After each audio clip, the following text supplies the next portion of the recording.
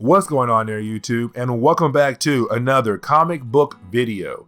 This is the channel where we sit down and cover different comic book stories from different comic book companies. Today, we're going to jump back over to Marvel Comics, and we're going to cover another Spider-Man story. This one's called Kraven's First Hunt. It is kind of like a sequel to the original 1980s story, Kraven's Last Hunt. But with Kraven's First Hunt, this is somebody trying to replace the original Kraven and go after Spider-Man, which means that this is their first hunt, which does make for an interesting storyline, but there are some problems with this story. But yes, this came out back in 2006 and 7, and so the original Kraven is still dead. With that all said, I do hope you enjoy Kraven's First Hunt. But let's go ahead and dive into today's story. So in the opening of this book, we pick up with someone talking to what we think is Spider-Man. In these 2 pages, we come to find out it is a lady, but we have no idea who this lady is yet. Except she says that she is the one who is going to kill Spider-Man, and seems like she may actually be able to do it. So of course we have to jump back to an earlier point to work from to see how we got to this point of the story. So we jump back 2 weeks ago, where we see Spider-Man and Daredevil fighting against a villain known as Fracture. Honestly, I'm not going to waste our time trying to go back and cover who this villain is, because the purpose of this section of the story is to tell us that Daredevil is going to be helping out Spider-Man in this story and will actually play a role in this overall story. Except once they are able to finally stop Fracture, well, that is when we come to find out that someone is watching Spider-Man and Daredevil. Now, this person doesn't just watch Daredevil and Spider-Man fighting against Fracture, that this person actually goes on to watch Spider-Man go home. Now, this is someone who we can tell who knows how to hunt someone or to watch someone without revealing who they are, even when they are tracking someone like Spider-Man, who has the ability to sense things that could cause him harm. Now, at first, it seems she doesn't know that Spider-Man is Peter Parker, but she now knows where he lives, or a general area to be more exact. Then we see her go back to her place, where we get an idea that she thinks that Spider-Man is Peter Parker. We pick up the next day, where we see Peter Parker working at a random comic book store. At this point, he was having a hard time finding a job for some different reasons. But while he was working at this comic book store, well, that is when Peter Parker Spider Sense goes off and tells him that trouble is nearby. There is a sniper that begins to shoot at Peter Parker. Now, Peter Parker has to use his spider powers to save his life and save his co-worker's life. He doesn't do much to say, hey, I'm Spider-Man, but enough to have someone kind of think he could be. Now, our mysterious lady is the one who is doing the shooting, of course, but this is her kind of learning more about Peter Parker. She wants to make him suffer too, with her attacking his job, and clearly he was the main target. There is no way that he can go back to his job now. She doesn't stop there. She begins the process of turning his friends against him, starting with Vin Gonzalez, his roommate, who is a cop. Well, someone got shot, and his boss is saying all of the evidence is pointing to him. So it is his boss telling him that he needs to lay low for a while until things cool down. Of course, we know it is our mysterious lady Handy's work.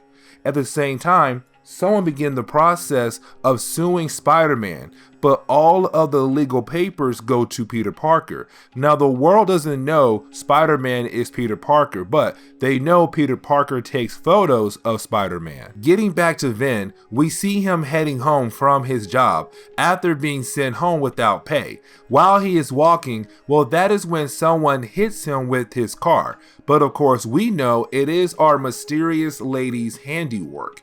But after that moment, we see Vic go to meet up with Peter Peter Parker and Harry Osborn.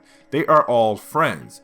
But this is the moment you have Vic catch Peter up with everything that has happened to him so far. But we also learn that our mysterious lady had also done some other things to Vic, like emptying out all of his accounts at the bank, so he doesn't have any money at the moment. But he leaves the bar and goes back home after having a rough day. Except when Vin goes home, well, that is when he is attacked by our mysterious character.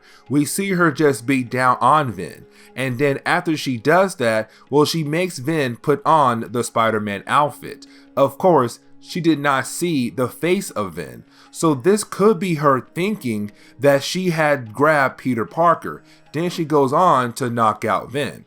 We then reach back to the moment that basically started off the beginning of our video, where we see her thinking that she's about to kill Spider-Man, except of course that is when she finds out that she does not have Peter Parker, but instead she has his roommate Vin in a Spider-Man outfit. This is where the story begins to go the wrong direction, because she begins to speak about how she knows Vin is Spider-Man. But earlier you can see in the story she had pictures of Peter Parker.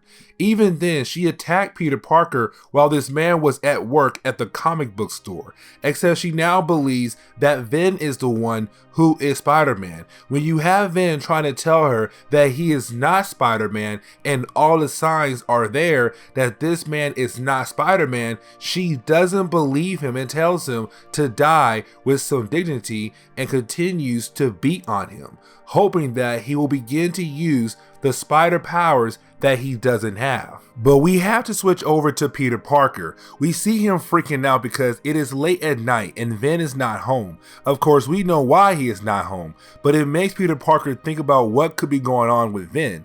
So Peter Parker goes to his room to find out that his Spider-Man outfit is missing.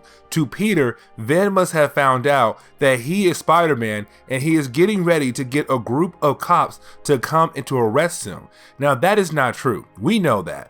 But for Peter Parker, he has to leave before the supposed cops show up. But he has nothing to wear, so he has to find something to wear for the moment. So Peter Parker makes a temporary mask to use by using some of his webs, so that he is able to go visit Matt Murdock.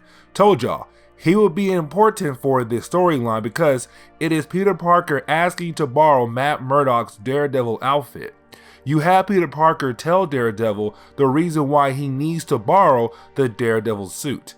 After they have their conversation, it leads to Matt Murdock agreeing to give Peter Parker the Daredevil outfit. Now, Marvel skips back over to our mysterious lady, who you can tell at this point that she is the daughter or could be the daughter to Kraven, who at this point in Marvel is still dead in Marvel Comics. She doesn't really have an idea how Spider-Man powers work, but she thinks that maybe Vic needs something to activate his hidden spider powers that he does not have. But either way, Marvel brings in another classic villain for this book, and that is Vermin. Baron Zemo, the son of a Nazi scientist, and Armin Zola basically turned Vermin, who was known as Edward Whelan, I hope I pronounced his last name correctly, into the Vermin character, who is upset because the daughter of Kraven, I will tell you her name here in a minute, is using the sewers as her base,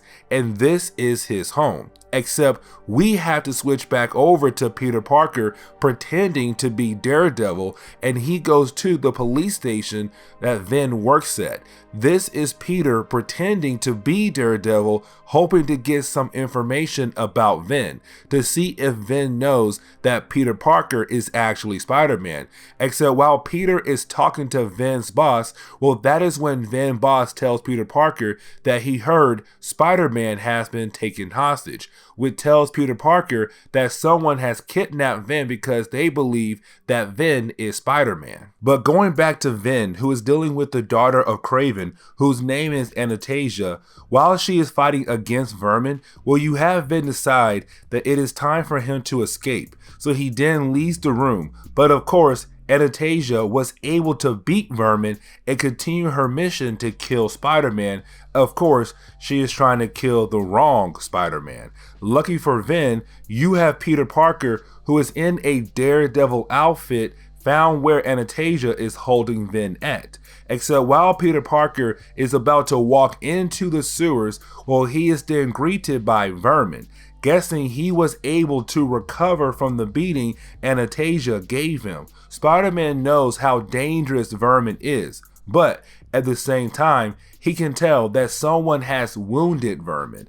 For Spider-Man, that is a huge achievement for someone, but now Peter Parker has to deal with Vermin. This chapter ends with Anastasia finding Ven, but when she finds Ven, we learn why she chose this place. When it comes to the sewers, it is because it will be a great game to hunt someone. She had always planned to hunt Spider-Man, and since she has a Spider-Man, she can begin the process of hunting someone, which of course means she is going to hunt Ven, who she thinks is Spider-Man. But getting back to Peter Parker pretending to be Daredevil and fighting against Vermin, well, we see that their fight doesn't last that long because Peter Parker has fought against Vermin many times before, which means that it is time for Vermin to tell Peter Parker everything he knows that is going on. Spider-Man is not going to like it, to be honest.